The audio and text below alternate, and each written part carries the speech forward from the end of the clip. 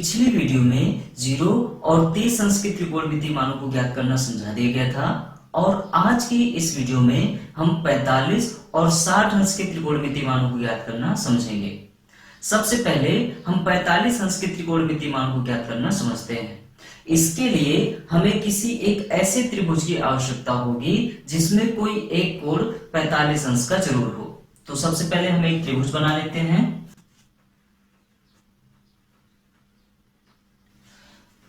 मान लिया हमारे पास ये कोई त्रिभुज है और इस त्रिभुज को हमने ए बी सी ये नाम दे दिया, जहां पर बी हमारा समकोण है और इस कोण को हमने 45 रख दिया, क्योंकि हमें त्रिभुज में 45 अंश के कोण की आवश्यकता होगी, तो इसलिए हमने इसको 45 अंश रख दिया।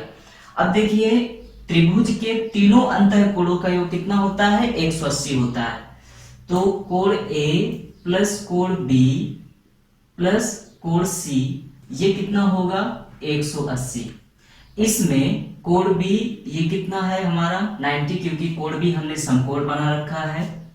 कोण सी ये हमने 45 ले लिया और ये इक्वल कितना होगा 180, जबकि यहां पर कितना हो जाएगा प्लस कोण ए। इसके बाद यदि हम इन दोनों को ऐड कर लें तो ये कितना हो जाएगा 135, यहां पे हो जाएगा 135 और यहां पर क्या है कोण ए प्लस और इधर हो जाएगा 180।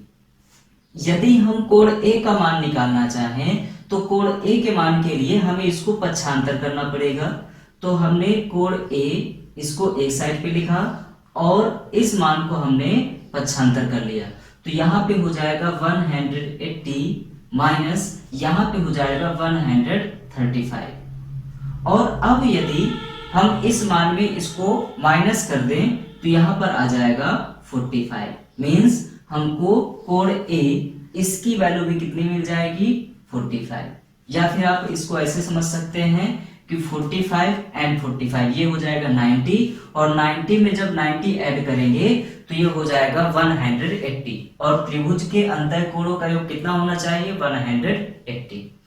इसके बाद देखिए बताया गया था कि यदि किसी एक त्रिभुज में दो कोण आपस में बराबर हों तो उनके सामने की भुजाएं भी क्या होती हैं, बराबर होती हैं। तो जैसे यहां पर 45 अंश है, यहां पर 45 अंश है, ये दोनों कोण एक दूसरे के बराबर हैं, इसलिए इसके सामने बनी हुई ये भुजा और इसके सामने बनी हुई ये भुजा ये दोनों आपस में बराबर होंगी। या फिर आप इसको ऐसे समझ सकते हैं, मान लीजिए हमारे पास कोई एक वर्ग है तो इस वर्ग की प्रत्येक भुजा क्या होती है, बराबर होती है। हमने इस वर्ग की प्रत्येक भुजा को x मान लिया, क्योंकि वर्ग की प्रत्येक भुजा बराबर होती हैं इसलिए हमने इसको क्या मान लिया x, तो प्रत्येक भुजा क्या हो जाएगी x हो जाएगी। इसके बाद हम इस पे एक विकर्ण खींच लेते हैं।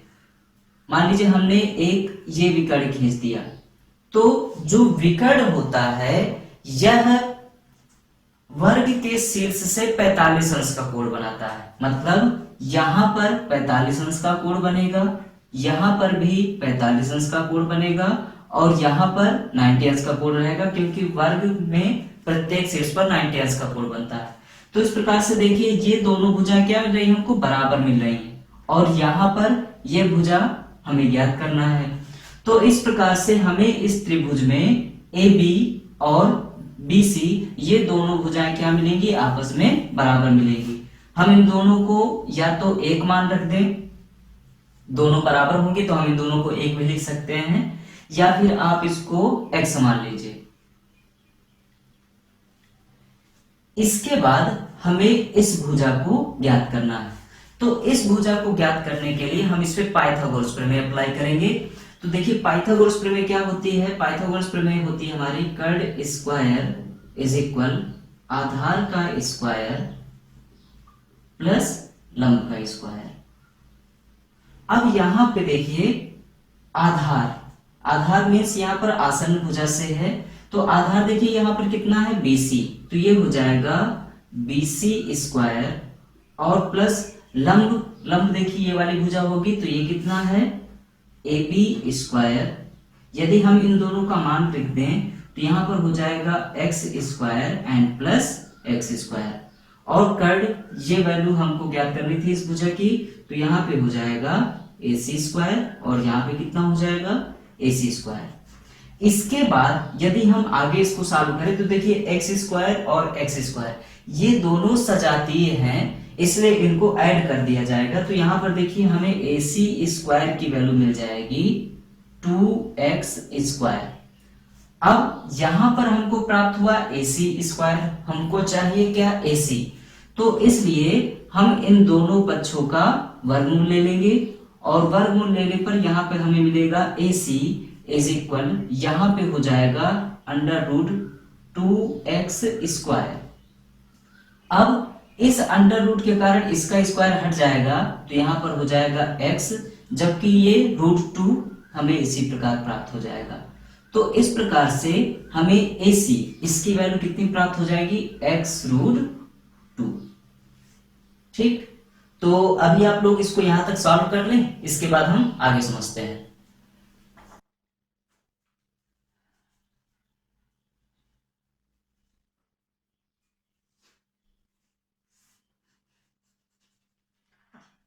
इसके बाद देखिए त्रिकोणमिति मानों को ज्ञात करने के लिए पिछली वीडियो में एक अनुपात बताया गया था जो है SAS अपान KA।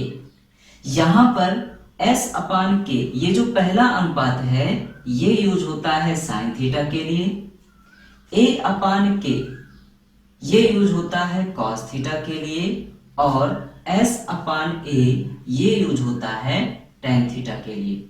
तो यहां पर S का अर्थ क्या है, S का अर्थ है सम्मुख भुजा, अर्थात हम साइन कॉस टेन इन मानों के साथ जिस कोण को लेते हैं उसके सामने वाली भुजा। यदि हम इस वाले एंगल को लेंगे तो इसके सामने वाली भुजा ली जाएगी, और यदि हम इस वाले एंगल को लेते हैं तो इसके सामने वाली भुजा को लिया जाएगा। मतलब जिस कोण को हम लेंगे उसके सामने वाली भुजा को हम S मानकर चलते हैं। तो यहां पर हम या तो इस कोण का प्रयोग कर सकते हैं या फिर इस कोण का प्रयोग कर सकते हैं, क्योंकि दोनों 45 अंश हैं। तो हमने इस कोण को लिया और इसको हम नहीं प्रयोग करेंगे। तो अब देखिए सबसे पहले हम लेते हैं साइन 45, क्योंकि हमें 45 अंश के सभी कोणिक मान ज्ञात करने हैं, सभी त्रिकोणमिति मान ज्ञात करने हैं। तो यहां पर हो जाएगा साइन 45 इज इक्वल, अब साइन 45 ये क्या होता है S अपान K, जहां पर S का मतलब है सम्मुख भुजा और K का मतलब है कर्ण। तो यहां पर देखिए इसके सामने वाली भुजा क्या है AB है, तो हमने यहाँ पे AB लिख लिया, और कर्ण क्या है इसका AC, यहां हो जाएगा AC। अब इसके बाद देखिए AB की वैल्यू कितनी है x है, और AC की वैल्यू कितनी है x√2। अब यहां से ये x और ये x दोनों कैंसिल हो जाएंगे, तो इस प्रकार से हमें साइन 45 ये कितना मिल जाएगा 1/√2, और ये हमारी साइन 45 की वैल्यू हो जाएगी। इसके बाद यदि हम cos 45 इसका मान देखें तो देखिए cos 45 इसके लिए हम क्या यूज करते हैं A अपान K। यहां पर A का अर्थ है आसन्न भुजा, आसन्न भुजा मीन्स कोण में यहां पर दो भुजाएं लगी हुई होती हैं, तो 90 अंश के सामने वाली भुजा को हम क्या कहते हैं कर्ण, और इस कर्ण के अतिरिक्त जो भुजा होती है उसको हम क्या कहते हैं आसन्न भुजा। तो यहाँ पर देखिए कर्ण के अतिरिक्त भुजा क्या है BC, तो इस BC को हम क्या कहेंगे आसन्न भुजा। तो यहाँ पर हो जाएगा cos 45 और यहाँ पे क्या हो जाएगा BC अपान यहाँ पे हो जाएगा AC। अब देखिए BC की वैल्यू क्या है x है, AC की वैल्यू क्या है x√2। यहां पर ये x और ये x कैंसिल हो जाएंगे, और इस प्रकार से हमें cos 45 इसकी वैल्यू क्या प्राप्त हो जाएगी 1/√2। तो इस प्रकार से इस cos 45 की वैल्यू हमें कितनी मिल जाएगी 1/√2। इसके बाद देखिए हम tan 45 की वैल्यू देखते हैं।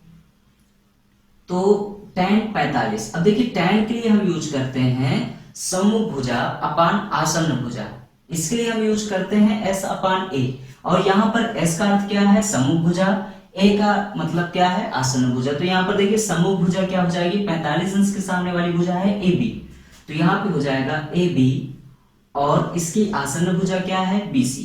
तो यहाँ पर रख दिया जाएगा BC। अब हम इन दोनों की वैल्यू रख देते हैं। देखिए AB कितना है, x है, और BC कितना है, x है। ये दोनों क्रॉस हो जाएंगे और ये कितना हो जाएगा, 1। तो इस प्रकार से हमें tan 45 इसकी वैल्यू कितनी प्राप्त हो जाएगी, 1। तो ये हमें साइन, कॉस और tan इनकी वैल्यू प्राप्त हो गई। अब मान लीजिए हमको कॉट की वैल्यू निकालना है। तो देखिए यदि हम कॉट 45 इसका मान देखें तो ये कॉट जो होता है ये tan का व्युत्क्रम है, और tan 45 इसकी वैल्यू हमने कितनी प्राप्त किया है, 1। तो यहां पर हो जाएगा 1/1, और 1/1 मीन्स क्या, 1। तो इस प्रकार से हमें cot 45 इसकी भी वैल्यू क्या प्राप्त हो जाएगी, 1। इसके बाद यदि हम sec 45 की वैल्यू देखें तो देखिए sec जो होता है यह cos का व्युत्क्रम होता है। मीन्स sec को हम लिख सकते हैं 1/cos, और यहाँ पर 45 है तो यहाँ पे कितना हो जाएगा, 45। और इस प्रकार से यहाँ पे हो जाएगा 1, और cos 45 की वैल्यू कितनी मिली है, 1/√2। ये हमें क्या मिला, sec 45। अब देखिए ये वाला मान ऊपर चला जाएगा, या फिर हम ऐसा कहें जब अंश और हर ये संख्या भिन्नात्मक होती है तो हम हर की संख्या को पलट देते हैं। मतलब ये हमें कुछ ऐसा मिल जाएगा 1, और यहाँ पे है 1/√2, तो ये वाली संख्या पलट जाएगी और ये हो जाएगा √2/1। ये वाली संख्या पलट जाएगी, यहाँ पर क्रॉस आ जाएगा, और इस 2 का गुणा इससे होगा तो हमें कितना मिल जाएगा, √2। मीन्स हमें sec 45 इसकी वैल्यू कितनी मिल जाएगी, √2। इसके बाद देखिए यदि हम कॉसेक की वैल्यू निकालना चाहें तो कॉसेक जो होता है यह साइन का व्युत्क्रम होता है, और साइन का मान कितना है, 1/√2। इसलिए कॉसेक का भी मान कितना हो जाएगा, √2। तो इस प्रकार से हमने साइन 45 का मान कितना प्राप्त किया, 1/√2। cos 45 इसका मान कितना प्राप्त किया, 1/√2। tan 45 इसका मान कितना प्राप्त किया, 1। cot 45 इसका मान कितना प्राप्त किया, 1। sec 45 इसका मान कितना प्राप्त किया, √2, और cosec 45 इसका मान कितना प्राप्त किया, √2। तो इस प्रकार से हमें 45 अंश के सभी त्रिकोणमितीय मान प्राप्त हो गए। तो आप लोग इसको नोट कर लें। इसके बाद हम 60 अंश के त्रिकोणमितीय मानों को ज्ञात करना समझते हैं।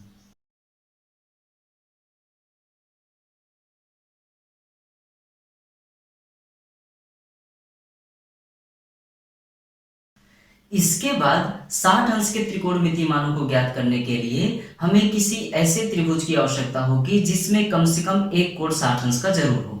तो हम सबसे पहले एक समबाहु त्रिभुज बना लेते हैं। मान लीजिए हमारे पास ये एक समबाहु त्रिभुज है, और समबाहु त्रिभुज के प्रत्येक कोण कितने अंश के होते हैं, 60 अंश के।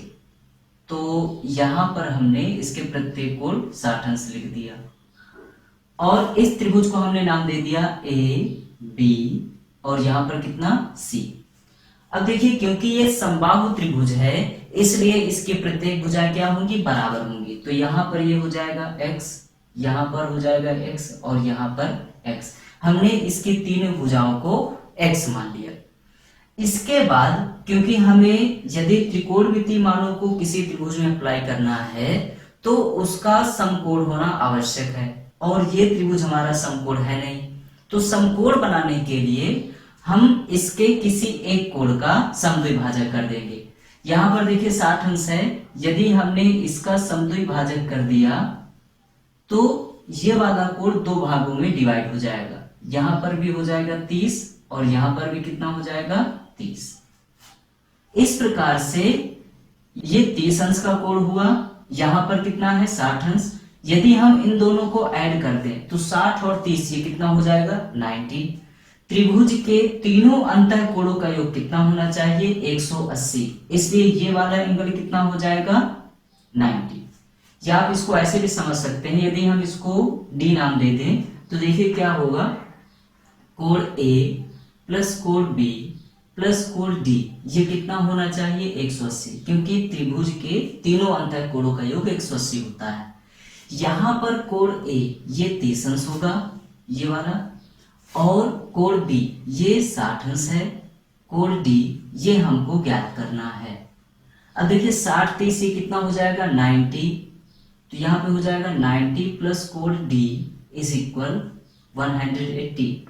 और यदि हम कोण डी का मान निकालना चाहते हैं तो हमें 90 को पक्षांतर करना पड़ेगा, और ये हो जाएगा 180 माइनस 90, और ये कितना हो जाएगा 90। तो इस प्रकार से हम कह सकते हैं कि कोण डी ये हमारा क्या बनेगा, समकोण बनेगा। इसके बाद देखिए एक चीज और, यदि किसी त्रिभुज में हम किसी कोण का अर्धक कर देते हैं तो उसके सामने वाली भुजा भी अर्धक हो जाती है, मतलब उसके सामने वाली भुजा भी आधे आधे भागों में बढ़ जाएगी, बराबर 2 भागों में बढ़ जाएगी। तो यहां पर देखिए ये पूरा जो BC का मान था वो कितना था x, और यहां पर हमने BC को 2 बराबर भागों में डिवाइड कर दिया, क्योंकि इसका हमने कोण, सामने वाला कोण 60 अंश का था, इसको हमने बराबर 2 भागों में बांट दिया, तो इसके सामने वाली भुजा भी बराबर बराबर 2 भागों में बढ़ जाएगी। अब जैसे ये x था, यदि हम इसको 2 भागों में बांट देंगे तो यहाँ पर हो जाएगा x/2, और यहां पर भी कितना हो जाएगा x/2। अब इस प्रकार से हमें ये त्रिभुज प्राप्त हुआ ए बी, और यहां पर कितना हो जाएगा डी। इसका मान हमें प्राप्त हुआ x, इसका मान हमें प्राप्त हुआ x/2, यहां पर कितना है 60 अंश। अब हमें एडी भुजा की माप ज्ञात करना है, तो इसको हम पाइथागोरस के प्रमेय से सॉल्व करेंगे।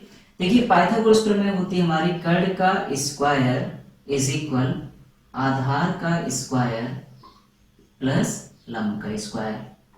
अब यहाँ पे देखिए कर्ण कितना है AB है, तो ये हो जाएगा AB स्क्वायर प्लस आधार कितना है BD, तो यहाँ पे हो जाएगा BD स्क्वायर, और लंब कितना है AD, तो यहाँ हो जाएगा AD स्क्वायर। हमको AD का मान चाहिए, इसलिए हम AD को रखेंगे एक तरफ, और AD के अलावा जो भी मान है उनको पक्षांतर कर लेंगे। तो AD के अलावा देखिए क्या है BD है, तो हम AD रखते हैं एक साइड और BD को पक्षांतर कर देते हैं, या हम इसी को लिख सकते हैं, यदि BD को पक्षांतर किया जाएगा तो देखिए ये बन जाएगा AB स्क्वायर, इसको इधर पक्षांतर कर लेंगे तो ये हो जाएगा माइनस BD स्क्वायर, और इक्वल क्या हो जाएगा AD स्क्वायर। अब यहाँ पे देखिए AB की वैल्यू कितनी है x स्क्वायर, BD की वैल्यू कितनी है x/2, इसका होल स्क्वायर। अब ये हो जाएगा x square minus x square upon 4, ये किसका मान हुआ AD स्क्वायर का। यदि हम इसको और आगे सॉल्व करें तो देखिए यहां पे हमें मिलेगा AD स्क्वायर इज इक्वल, यहां पे हो जाएगा इसका एलसीएम देंगे तो एलसीएम देखिए कितना आ जाएगा 4, और यहां पे हो जाएगा x square, sorry 4x square, और यहां पे हो जाएगा माइनस x स्क्वायर। इसके बाद 4x square and x square, 4x square से x स्क्वायर माइनस हो जाएगा, और यहां पे मिलेगा हमें 3x स्क्वायर अपान 4, और ये हो जाएगा क्योंकि हमें ये मान किसका प्राप्त हुआ है AD स्क्वायर का, हमको चाहिए किसका मान AD का। तो AD का मान प्राप्त करने के लिए हम इसका वर्गमूल ले लेंगे, और इसका वर्गमूल होगा 3/4x स्क्वायर, और देखिए ये कितना हो जाएगा, यहाँ पे AD इसकी वैल्यू हो जाएगी √3, और देखिए ये 4 ये रूट से बाहर आ जाएगा तो यहाँ पे मिलेगा हमको 2, और ये x स्क्वायर है तो यहाँ पे हमको मिलेगा x।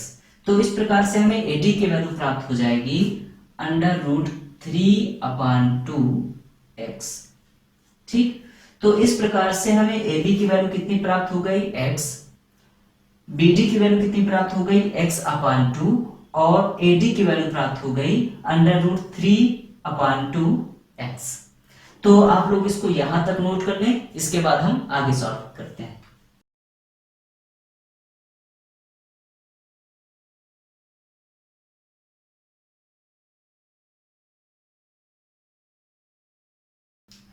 अब 60 अंश के त्रिकोणमितीय मानों को ज्ञात करने के लिए हमें एक अनुपात यूज करना होगा, जो कि है S/A/S अपान के ए। यहाँ पर एस का अर्थ है समभुजा, अर्थात त्रिकोणमितीय मानों के साथ हम जो कोण यूज करेंगे उस कोण के सामने वाली भुजा को हम क्या कहेंगे, समभुजा। तो यहाँ पर देखिए 60 अंश के सामने वाली भुजा क्या है, एडी, तो एडी को हम कहेंगे समभुजा। इसको हम एस से प्रदर्शित करेंगे। और के का अर्थ है कर्ण, हमेशा 90 अंश के सामने वाली भुजा को हम कर्ण कहते हैं। तो यहाँ पर भुजा ए बी ये क्या होगी, कर्ण होगी। और ए का मतलब है आसन्न भुजा। कोण में कर्ण के अतिरिक्त लगी हुई जो भुजा होती है उसको हम आसन्न भुजा कहेंगे। तो यहाँ पर बी डी ये जो भुजा है ये हमारी क्या कहलाएगी, आसन्न भुजा। इसके बाद देखिए यदि हम साइन 60 का मान ज्ञात करें तो देखिए साइन 60, साइन के लिए हम प्रयोग करते हैं एस अपान के, मीन्स सम्मुख भुजा अपान कर्ण। तो यहाँ पे देखिए सम्मुख भुजा क्या है, एडी, तो ये हो जाएगा एडी अपान कर्ण कितना है, कर्ण है हमारा ए बी, तो यहाँ पे हो जाएगा ए बी। अब देखिए ए डी इसकी वैल्यू कितनी है, √3x अपान 2, और ए बी इसकी वैल्यू कितनी है, इसकी वैल्यू है x। यदि हम इसको सॉल्व करें तो देखिए x के बटे में केवल 1 हो सकता है, और इस प्रकार से अंश और हर ये दोनों संख्याएं हमें भिन्नात्मक प्राप्त होंगी। तो इसको सॉल्व करने के लिए देखिए बताया गया था कि जब अंश और हर ये दोनों संख्या भिन्नात्मक हो तो हम हर की संख्या को पलट देते हैं। तो यहाँ पर हमें मिल जाएगा √3x अपान 2 क्रॉस, यहाँ पर हो जाएगा 1 अपान x, और इस प्रकार से ये x और इस x हम दोनों इन x को कैंसिल कर सकते हैं, और यहाँ हमें को प्राप्त हो जाएगा √3 अपान 2। इस प्रकार से हमें साइन 60 इसकी वैल्यू कितनी प्राप्त हो जाएगी, √3 अपान 2। इसके बाद यदि हम cos 60 इसकी वैल्यू देखें तो देखिए cos के लिए हम प्रयोग करते हैं a अपान के, मीन्स आसन्न भुजा अपान कर्ण। तो देखिए इसमें आसन्न भुजा क्या है, BD है, और कर्ण क्या है, AB। अब BD की वैल्यू देखिए यहाँ पर कितना है, x अपान 2, और AB की वैल्यू कितनी है, x।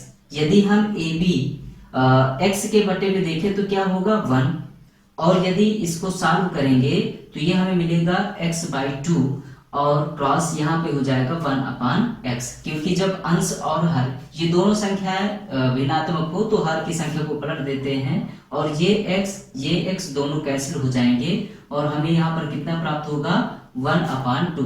तो इस प्रकार से हमें cos 60 इसकी वैल्यू कितनी प्राप्त हो जाएगी, 1 अपान 2। इसके बाद यदि हम tan 60 इसका मान देखें तो देखिए tan के लिए हम प्रयोग करते हैं s अपान a, मीन्स सम्मुख भुजा अपान आसन्न भुजा। तो देखिए सम्मुख भुजा क्या हो जाएगी, सम्मुख भुजा है AD, तो यहाँ पे हो जाएगा AD, और आसन्न भुजा क्या है, BD, तो यहाँ पे लिख दिया जाएगा BD। अब देखिए AD का मान कितना है, √3x अपान 2, और BD का मान कितना है, x अपान 2। अब यहाँ पर देखिए अंश और हर ये संख्या हमें फिर से भिन्नात्मक प्राप्त हो रही है, तो इसको हम क्या करेंगे, सॉल्व करने के लिए हर की संख्या को पलट देंगे। तो यहाँ पे हो जाएगा √3x अपान 2 क्रॉस, यहाँ पे हो जाएगा 2 अपान x, ये x और ये x, ये 2 और ये 2 दोनों कैंसिल हो जाएंगे, और यहाँ पर हमको कितना मिल जाएगा, √3। और इस प्रकार से हमें tan 60 इसका मान कितना हो जाएगा, √3। अब यदि हम cosec 60 का मान देखें तो देखिए cosec ये हमारा साइन का व्युत्क्रम होता है, मीन्स हम cosec को 1 अपान साइन लिख सकते हैं, और साइन का मान कितना है, √3 अपान 2, तो हम इसका व्युत्क्रम कर देंगे और ये हमें प्राप्त हो जाएगा 2 अपान √3। इस प्रकार से हमें cosec का मान कितना मिल जाएगा, 2 अपान √3। इसी प्रकार यदि हम सेक के मान को देखें तो देखिए सेक यह cos का व्युत्क्रम होता है, और इस सेक को हम लिख सकते हैं 1 अपान cos 60। अब देखिए cos 60 का मान कितना है, 1 अपान 2, यदि हम इसको पलट देंगे तो ये हो जाएगा 2 अपान 1, और इस 1 को हम हटा सकते हैं, और इस प्रकार से हमें sec 60 इसकी वैल्यू कितनी मिल जाएगी, 2। इसी प्रकार यदि हम कॉट का मान देखें तो देखिए कॉट यह tan का व्युत्क्रम होता है और tan का मान देखिए कितना आया है √3, तो ये हो जाएगा 1/tan 60 और tan 60 का मान कितना है √3, तो यहां पर हम कितना लिख देंगे √3। इस प्रकार से हमें cot 60 इसकी वैल्यू कितनी प्राप्त हो जाएगी 1/√3। तो इस प्रकार से देखिए हमने 60 अंश के त्रिकोणमितीय मानों को भी सॉल्व कर लिया। हमें ये मान कुछ इस प्रकार से प्राप्त हुए, जैसे sin 60 इसका मान हमें प्राप्त हुआ 1/√3/2, cos 60 इसका मान हमें प्राप्त हुआ 1/2, tan 60 इसका मान हमें प्राप्त हुआ √3, cot 60 इसका मान हमें प्राप्त हुआ 1/√3, sec 60 इसका मान हमें प्राप्त हुआ 2 और cosec 60 इसका मान हमें प्राप्त हुआ 2/√3। तो आप लोग इसको यहां तक सॉल्व कर लें, इसके बाद हम आगे समझेंगे।